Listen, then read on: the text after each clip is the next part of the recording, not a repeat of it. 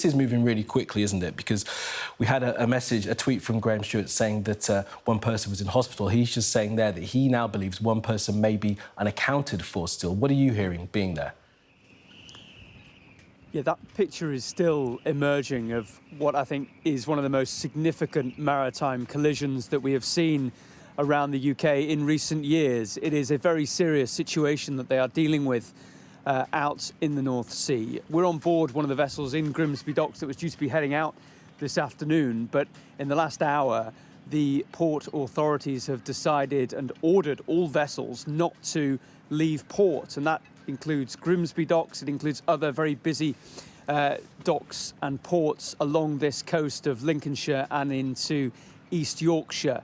And that is a decision that has instant ramifications, both logistical and business-wise, for many, many people. But of course, the immediate concern is out there at sea, where that rescue operation is going on, trying to put out those fires. And we know that the tanker that had been involved in this had a ruptured fuel drums within it. So this is in the heart of that vessel, and how much of that jet aviation fuel has spilled into the water is something that they are still trying to establish. As I say, we're on one of the vessels that was due to be going out this afternoon. Craig, the skipper, has kindly joined us here in Grimsby Dock. Craig, what is your assessment on what has been unfolding off the coast here through the course of today?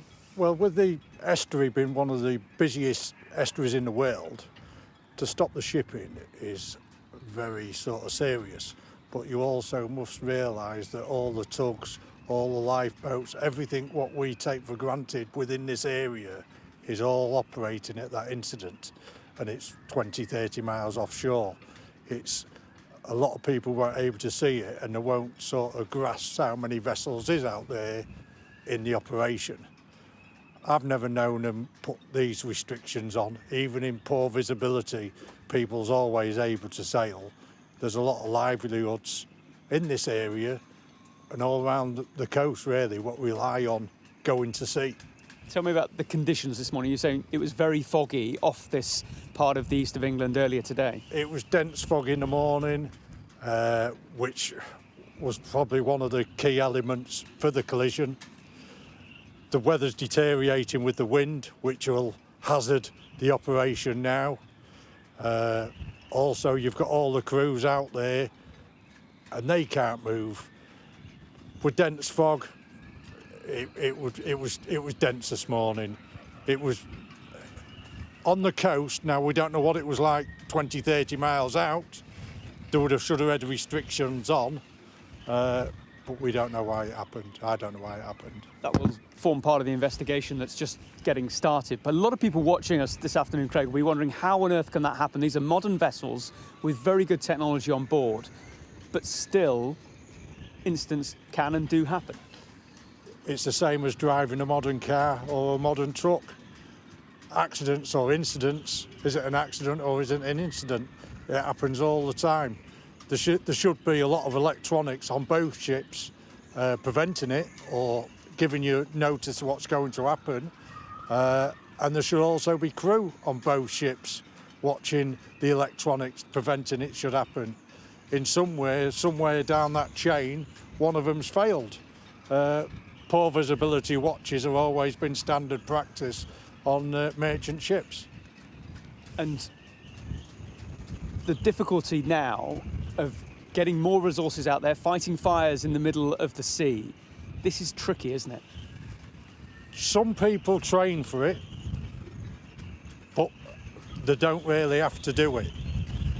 They'll be sending for specialists for these. This is beyond a few firefighting tugs. You know, they've got to put the fire out, and then they've got to remove the ship, and then they've got to put that. Where do we take that on the east coast? We haven't got a place, I don't think, along here. It'll probably have to go to Holland or somewhere else, or whether they fetch it in and get rid of the fuel.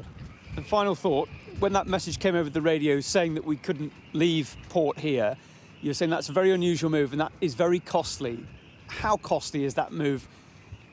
I would say it run into billions, because of the amount of shipping and every goods what comes in containers, We've got a lot of jetties here, cars, new cars come here, all the industry, we've got oil, we've got gas, we've got a lot of infrastructure up and down the river what rely on shipping. These ships come every day, 300 and odd shipping movements a day within the Humber. So if we lose that for 2 or 3 days, it's a big catch-on. And also, you'll never get it back. You don't get them 2 or 3 days back. They're trying to make a decision now, but what that decision entails will affect us for a long time to come. Okay, Craig, many thanks for talking to us this afternoon. And as you get a sense there that this is a really big deal, the collision itself, the emergency operation around it, with, as I say, 30 or 40 vessels still visible on the radar right now out in that particular part of the North Sea, but also the knock-on effects that this is having, as Craig was explaining, for everyone else who uses this stretch of water off the east coast of England. It is a very serious incident that could have long-term implications, and the idea and scale of the pollution that might be coming from this incident is only really starting to emerge, and may take hours and perhaps even days before we know properly just what kind of damage this has done, and that could seep out from that area where all that focused activity is going on right now.